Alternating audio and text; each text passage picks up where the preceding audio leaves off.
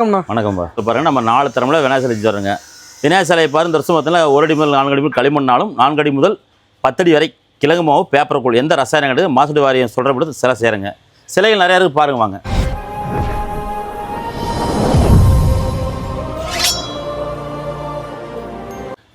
என்னென்ன மாதிரி மாடல் வருஷம் பாரு காளி விநாயகர் போட்டுருங்க, புதுசாக போட்டுருக்குறோங்க. சரிங்களா? காளி விநாயகர் பாருங்க, கலர் ரெட் கலர் போட்டுக்கிறோம்.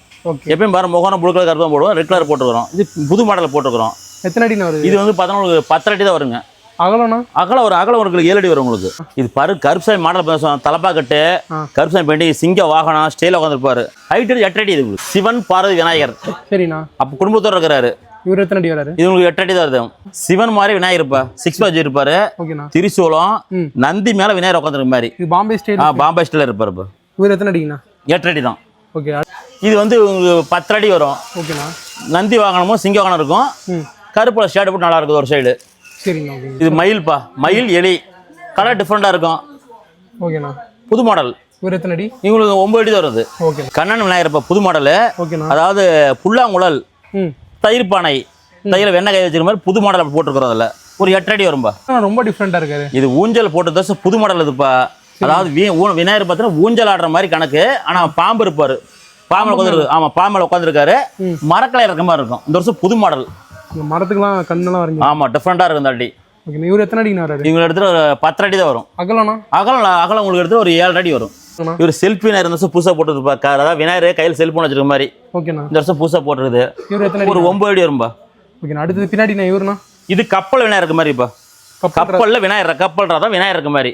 எல்லாமே புது மாடல் தான் மட்டும். பழைய மாடல் மட்டும் கிடையாதுப்பா. ஒரு மாடலுக்கு ஒரு சில ரெண்டு. ஆமா, ஒரு சில தான் இருக்கும். ஏன்னா கலெக்ஷன் அதிகமா மக்களை கூட வராங்களா நம்ம எல்லாமே பெயிண்டி தர இருக்கணும் முத. ஓகே ஓகேண்ணா. இவருங்கண்ணா? இது ராமர்ப்பா. ராமர் கோவில், ராமர் விநாயகர் உட்காந்துருக்க மாதிரி. இது மாடல். ராமர் சைடில் நிற்கிறார். ஆமா, ராமர் சைடில் இருக்கிறாரு.